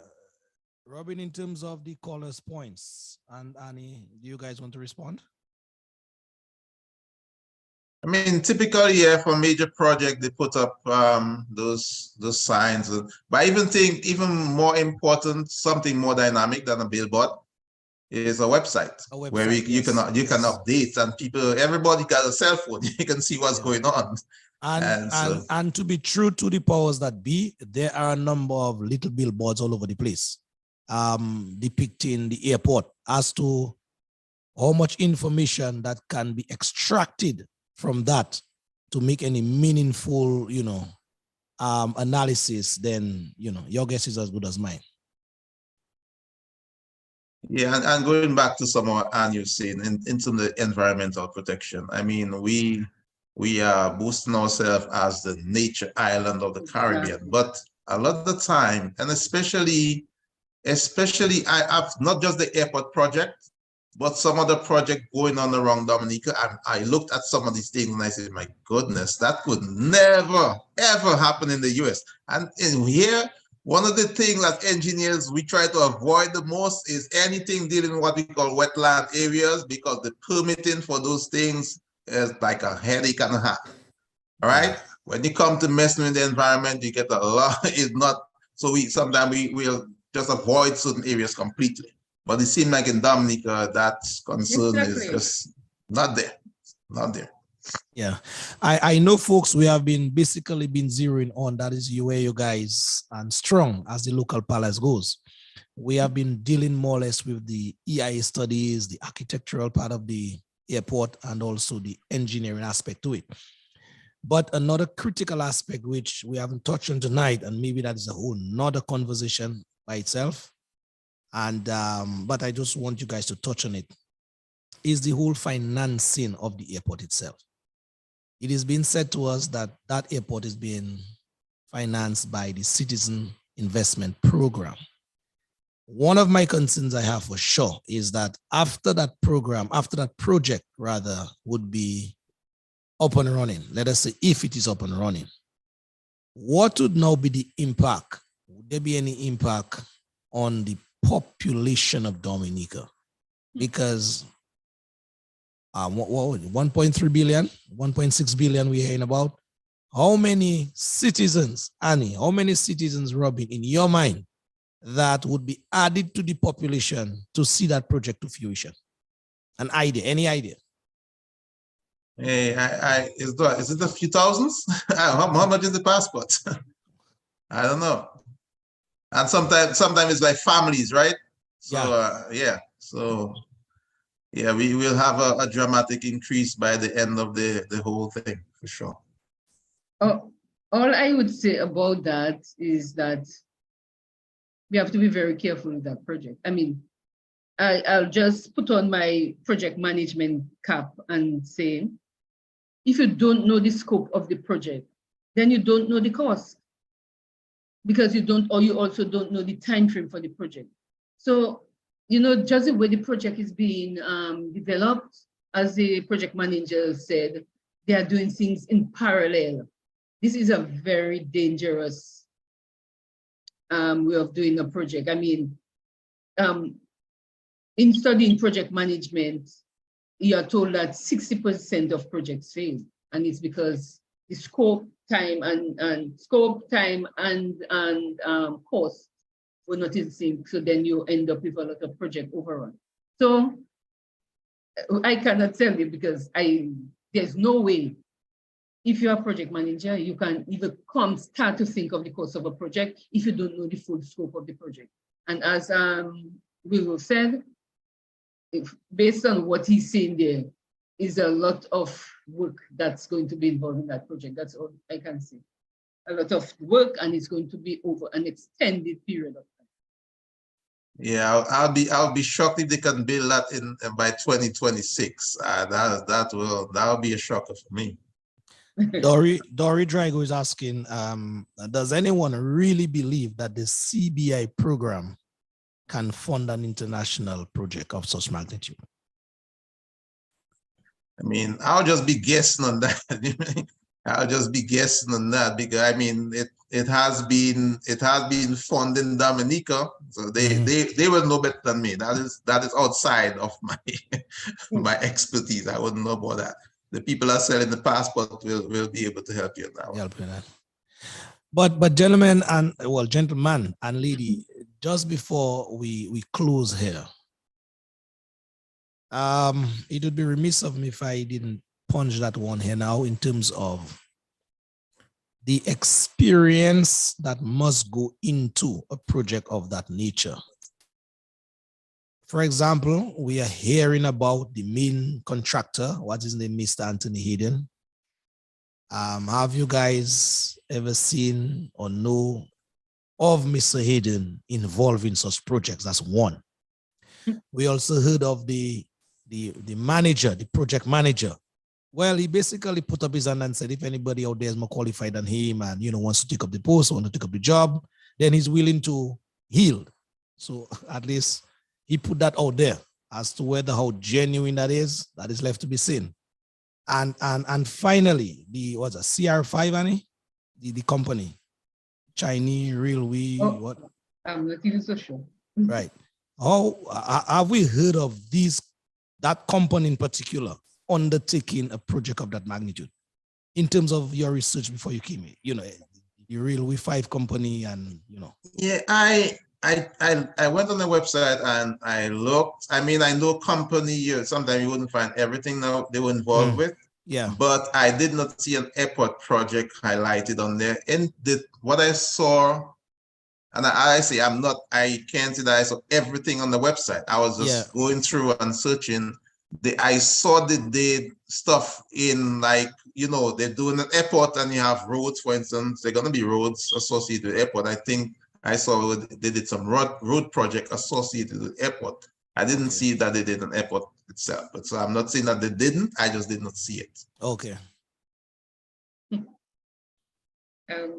I wouldn't say too much on that either, because I would only say that, you know, there's a lot of risk involved in putting all your eggs in one basket for the funding of a project. That's all I would say. Huh? Anything can happen anytime to anybody or in the world and so on. So it's a lot of risk with that project. That's the most I would say. But I guess the people who are the developers know what they are doing. Yeah. Yeah. I saw someone ask a question about how much layers they have to go before they reach hard soil. That was earlier. Well, typically you don't really have to hit rock for you to stop. There, if you can, there are certain, when we're doing boring for a certain project, depending on what is going above it, you have certain termination termination criteria. All right. And once you reach that depth on the soil, and it doesn't have to be rock. If the material is stiff enough, depend on there are some terms, all right? Sometimes we use stiff, sometimes we use hard, depending on the type of soil. But you have certain termination criteria, and it doesn't have to be several layers. Sometimes you have one layer, and sometimes that layer it gets stiffer or harder as it goes down in depth. So it depends. It depends on what is going above there. Yeah.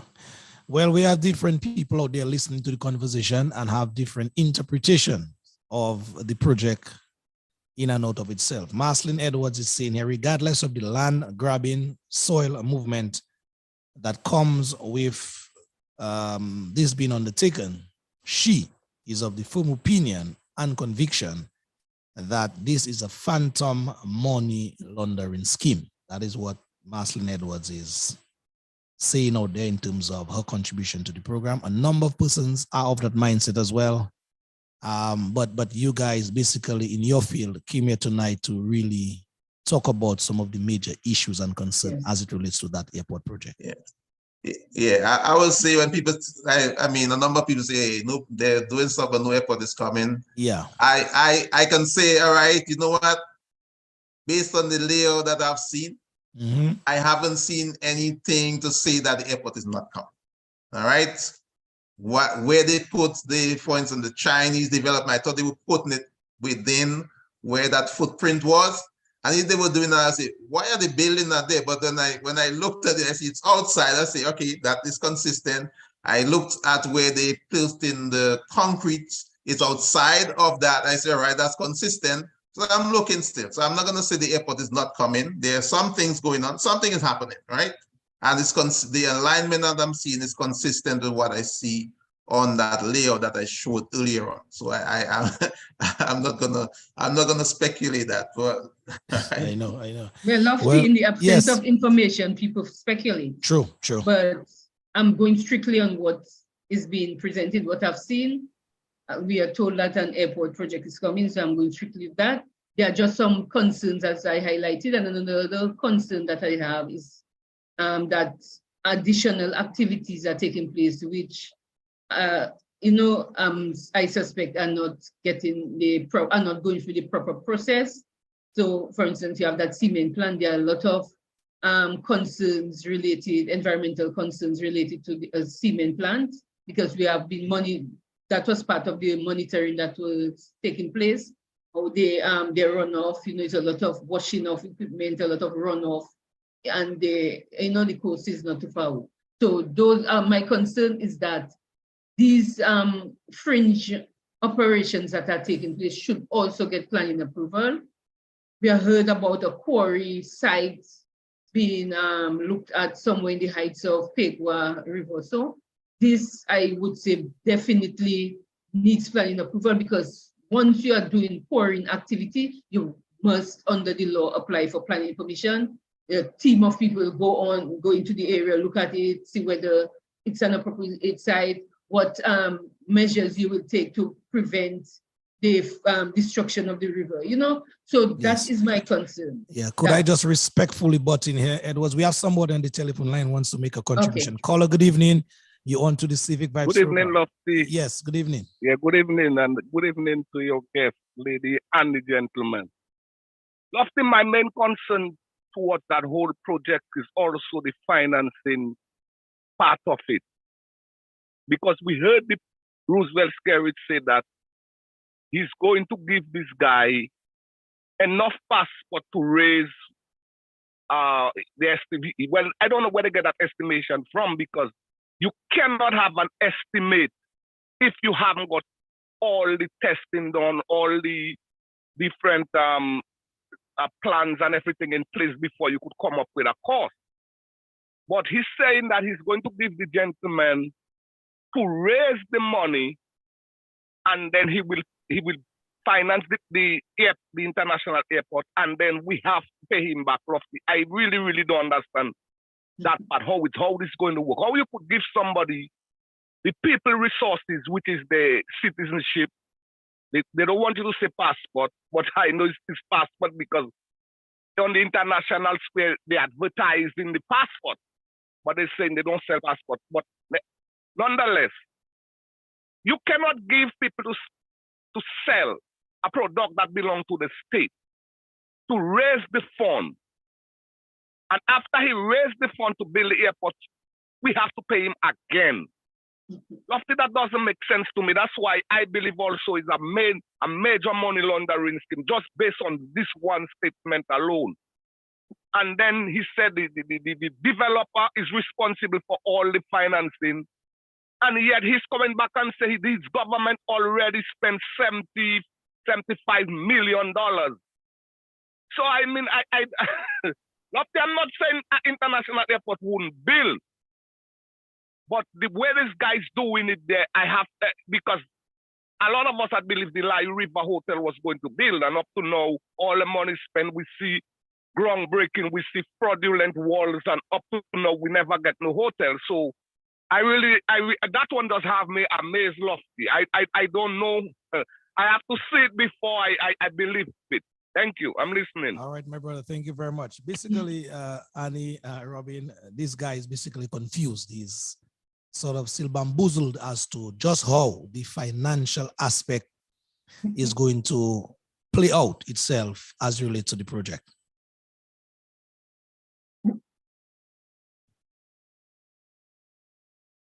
Yeah, I really cannot see much in that one. So, I can. That is totally outside of my area here. Yeah. So what I will try to do, I'll try to get some, financial ways, some, Yes, financial I think that's what I was guru going to suggest to you. sort of a lady fears of the call, just call and sort of, have them dig into much deeper as to just how that may play out. well, according to Mr. Linton, that there are billions of dollars out there from passport sale, right? So if they have that kind of evidence, then maybe it might be possible. But I really don't know that one. Someone was asking about the extension of the airport, also of the existing airport. I think the guy was on the last thing. He gave some kind of explanation in terms of accommodating some American airline, but I don't. But the airport, that airport is not going to be built on right now. If it ever comes through, it's going to be several years down the road. In Argyle Airport, they started about August of 2008, and they opened in February of 2017. So it took a while. Wow. Yeah. All right. And well, yeah. Well, Annie, yes, go ahead. Yeah, I said they did some preliminary work. They seem like they were much more organized than what is going on in Dominica. As I said, they did the geotechnical work.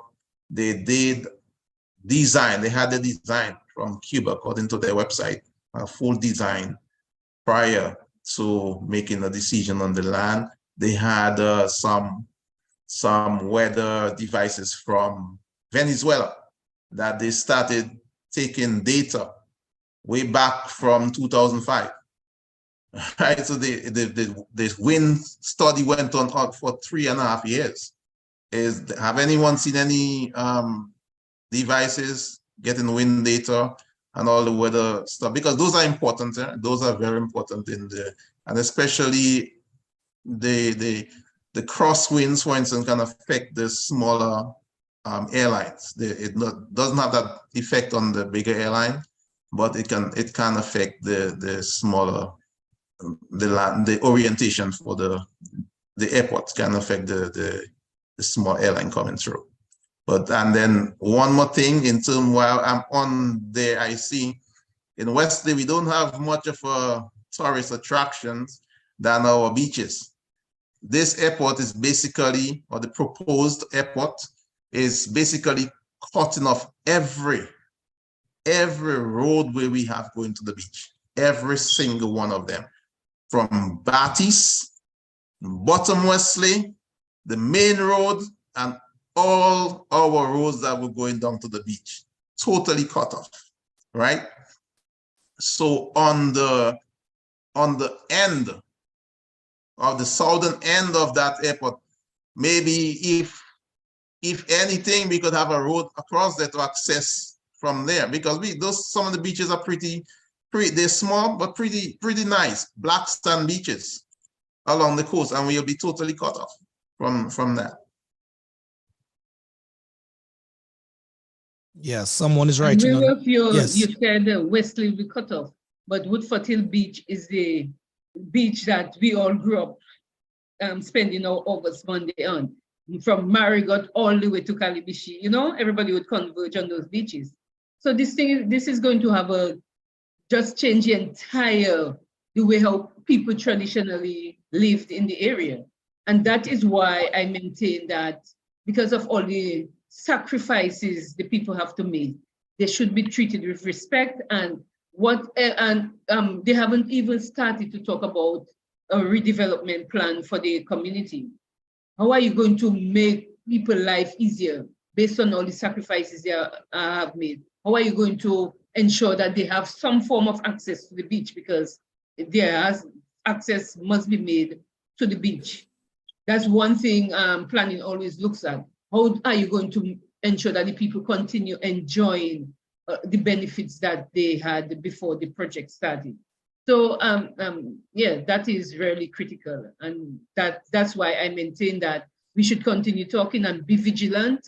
And the people need to start speaking. You go to the community, they speak to you one-on-one, but they won't come out and speak on the radio and so on. True. Yeah, they need to start standing up and speak. It's your community that's been destroyed. Somebody said, I heard somebody on the air said that they noticed some measurements were being taken as far up as the Wesley police station. The way things are going, a lot more of Wesley might end up going. And they have to be aware of that. Wow. Well, folks, it is already bang 8 o'clock, so we have to wind up the program in just a bit. Yes, but just before we do, let me take some more thoughts from the live feed, and then I'll ask you guys for your closing comments. Catherine George is writing, 10-year wait, ebewe. That is Catherine George comment here. Winstead Choice Sport writes, quarrying is already taking place in the Ansdimi Blenheim area for the airport project. That should be of concern. We should be of concern about the impact of that quarrying on the marine life in that area. So Winstead Choice Sport is making that comment here, and I know that brother very well in that area down there, so and I can take his word to the bank. Banker Robin says, I think it is very disrespectful to Dominicans that the information is not made available. This is not consistent with good governance. Dominicans have been highly disrespected, and this should not only be a Wesley and Woodford issue, but an issue for the entire Dominican public. Your thoughts, guys, as we must bring it down in just a bit. Well, I definitely agree with that last statement. I mean, but I know we short on time here, but thank you for having me here today. I was happy to come and share the little knowledge that I have on the project with the rest of the people, and especially the people of Wesley. I hope that is not taken in a negative way. I'm doing this to try to, disseminate some information that I have, and I hope you see it in a positive light. Talking about things concerning the people, a lot of times I notice people get so political that they don't even hear the message. True. They don't hear the message. We Dominicans get really political, but I've always been advocating on the behalf of the people of Wesley from the very get-go of this project. In fact, when we had that very first meeting on the forward, I said that there should be training in place way before anything started, so that our young men and women around the community, Wesley, Margot, Woodford area especially, they close, can not only be prepared for labor work as laborers, but also technical skills. And someone mentioned, like the Prime Minister talked about the lab being used post-construction. that they could be training now. There's some people that could be trained along with some of these guys that are coming along that are more experienced. And in a few years, they could, some of the things, the soil technician, you could be trained in a few months. It does not take years to do that. And because when you put in those foundation and those backfill, right, in place, that's how we do it. We put it in layers of like 8 inches. And every layer you have to test and make sure it meets the compaction requirement and it's based on the type of soil. So there's going to be a lot of testing because you don't want it to settle, right? We typically, you don't want, if this thing settles 1 inch, it could be problems, all right? Well, especially what we call differential settlement. One settle more than the other, so you have a bump. And imagine you run on a plane 100 and something, 200 miles per hour, landed. It could be a little frightening. You don't want that. So the soil has to be tested. So there's a lot of testing, and you could train people for those things. It could be going on now. So those are the kind of things that I'm talking. So I'm always advocating for people, and I hope that you see it in that light. And talking about, for instance, we talk about the dust, and somebody think we're negative about that. Come on, you're taking these kind of substances in your lungs. You don't know some of the chemical, the pesticides that are in that soil that stay there for years. They had some problem in Martinique. For years, guys were getting prostate cancer because of pesticides in the soil for years, long after. So when you're breathing in all this stuff, it gets into your system. You never know the long-term effect of it. So sometimes you have to just listen and learn. As we learn, try to apply learning to even as a little boy, I'll use food and nutrition as a reference. I never liked vegetables. Who cares I like vegetables? But as I started growing up and I started learning, hey, this thing is good for me. Nutrition. I remember Teacher Brunella. Yeah, I Teacher Brunella, the 6 food groups. True. And that changed my eating habits. So when we must be open to or receptive to learning and implement these things over life. So what we say in there is to help us out. It's not being negative about the effort. I want the effort to come. All right. I think it's in terms of the location, I think it's better than where it is right now because of the flooding issue at Melvin Hall. Another thing, when that if that airport comes, then they can move that road further in. A lot of people, vehicle owners, are suffering because of that water that comes in from that backward area. They could move the road further in, but again, do it in a proper way to minimize the impact, the negative impact. And we can do those things, the negative impact on the environment, the negative impact on the people. All right, and I will end there. Thank you. Well, brother, you cannot just end there. You started with a little cocoa, you have to end with more cocoa. Speak to your people, they're listening in Wesley in particular. Well, me people are West, they know me. You know, I've been around there for a little while, so I have something to think about. Yes, I. But West people, you know me. I always talk on your behalf. I'm me where they are from the very first time me talk for you and for you benefit. Me there America made it good, you know. But me want to see you live good too. So I have to listen for what people say we know better than you a certain area and listen and learn. Not for reject we because your party not gonna look good. Stop that kind of nonsense day. I mean not there that. Me not there that. Me not if you don't be committing nonsense, me go talk about them too. All right. Me just point out a negative thing on the alignment. Maybe some you people not like me for that too.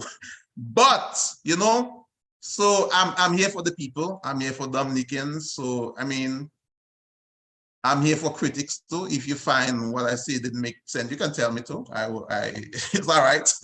But you have to come up with a good reason.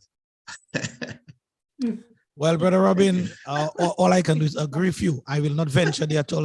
All I'll do is agree with you. I understood what you said, and let's leave that right there. Thank you. Thank you very much, my brother. Annie, your final words? Okay, just as Will said, I'm here talking on behalf of the people. I mean, I could say that I have an interest in it because, you know, my husband is from Wesley and I'm from Marigot, so we can tag the cocoa too. Okay. But anyway, I have spent, as I said, the last 10, 15 years after having studied my natural resource and environmental management, I've been implementing, whether it's policies or just new thinking and so on, into, the way we have traditionally done the work of planning in the department. In the past, planning was just, you just look at the structures. But as time went on, after, new systems like EIA came about, and also, most of all, after what we saw, the destruction we saw that Hurricane Maria and Tropical Storm Erica did, we realized that we cannot disregard the development, the environmental aspect of a development.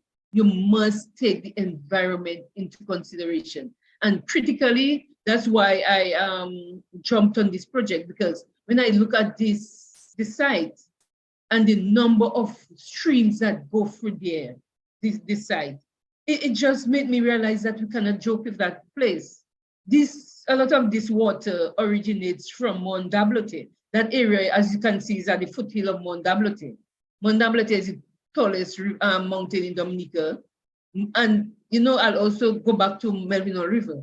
There are times when the sun is bright and blazing and Melvino River is overflowing because of the amount of water that is falling on Mont Dablote.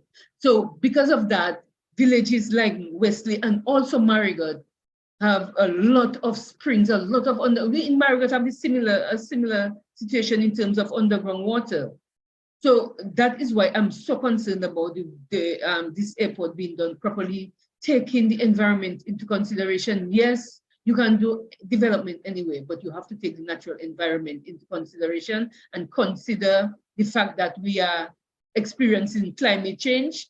Climate change brings in more intense storms, more greater floods, more torrential rains. So the impact from the effect of man added to the impact of the climate change is very critical, and it means that we cannot take things for granted. We have only one option for an airport, and if this is not done properly, that's it, for international airport for us.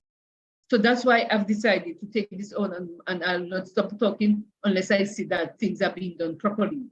There's another need, as the person called and said, there's another need for this fringe development to go through the planning department. Who knows Dominica better than Dominicans? We have managed Dominica for all these years. Who knows Dominica? A lot of the developers are new to Dominica. Some of them will be very surprised to see the extent of water that will be running through this area over the next couple of months. So all I can say is that if you want me to come on another time later as we see how things progress, you can do that, but I'll continue speaking. I'll continue standing up for my country. I've lived all my life in Dominica because I love the country, and I will never stand idly by and see the environment being destroyed for the sake of any kind of development. That should not happen. We are in an era where we understand how these things are supposed to be done. If the developers do not know how to do it, there are countries where with similar weather patterns, weather conditions that have fought these issues. There are a lot of countries similar to Dominica. Dominica is not the only place that has all these rivers in short and close to each other. And we can just get the information from other countries. There are ways you can mitigate all the environmental issues that have been that exist in the area. The developers just have to get the information and do it. So that's the reason that I'm here talking, and I'll continue to talk. Especially after Lofty, I think we should do another program after the hurricane season to see whether measures were put in place and to see what's happening on the coastline. Sure. Okay, so that's all I can say for now, and thank you for having me. And I also want to tell Will that your presentation was very, very informative. I learned a lot from it, and it has opened up my mind to it. And as you said, Dominicans need to open up their mind to information. We are experts in our field. And if you give the information freely, it's because, we love our country and we want to give it. So that's all I'll say for now. And thank you, Lofty, for having me here. All right, indeed, the pleasure is all ours here at Civic Vibes. Let me see, Annie Edwards, Mrs. That is, thank you very, very much indeed. Mr. Willwolf Robin, thank you very, very much indeed. Trust me, guys, the 2 hours just fly past. We started at 10 past, it is already what, quarter past, so we are just about there. But I know we could go on, but we don't want to bore our listenership and viewership that much. There's always another time, all right? But on behalf of the team and the many, many persons that were viewing, are still viewing, we touched about just under 500 persons based on the data I'm seeing there. They tuned into the conversation. So thank you very much. Let's hope that some of the concerns, some of the issues raised here tonight will be taken on board as this project continues, this international airport project for Dominica. Thank you. All right, thank you. Thank you very much. Bye, indeed. everyone. Bye-bye. Bye, everybody. Thank you. Okay, goodbye. All right.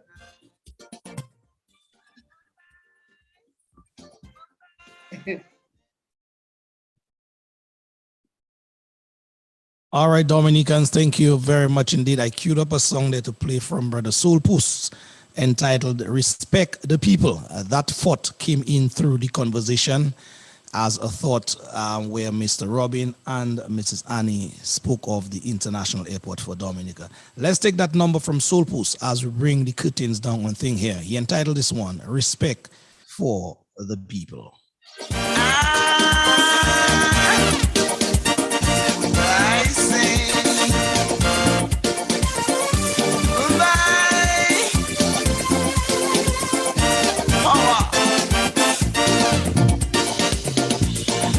Lord and Master of this universe,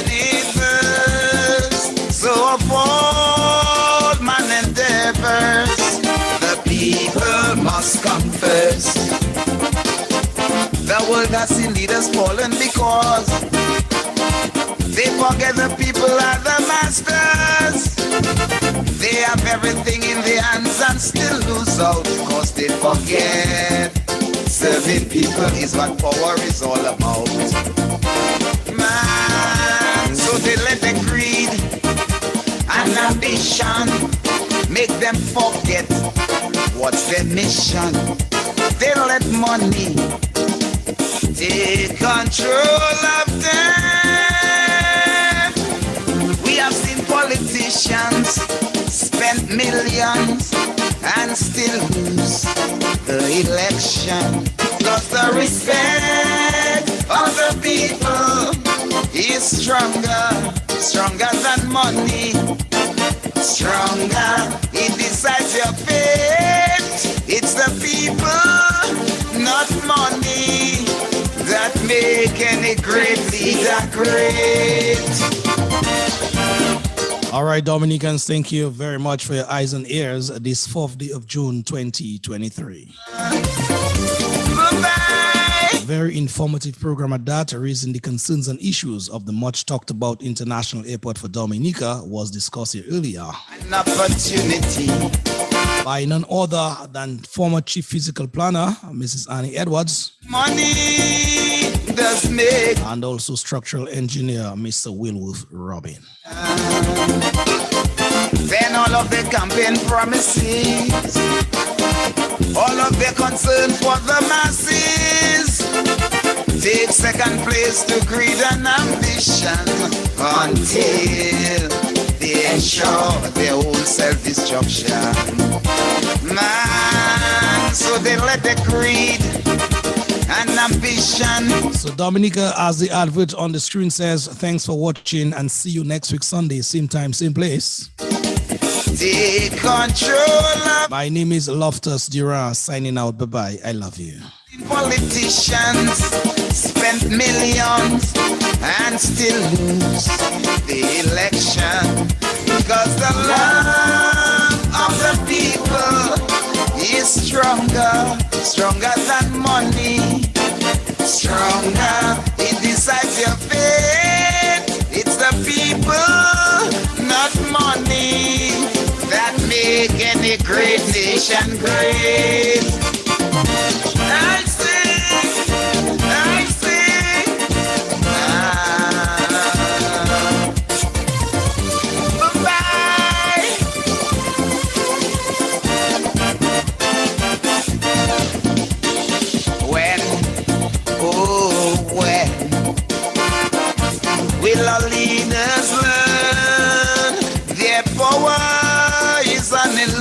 nation.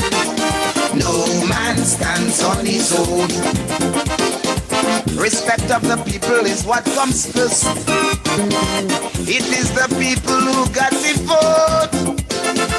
Because on the eve of every election, when they power down, it's back to the people they bound to come.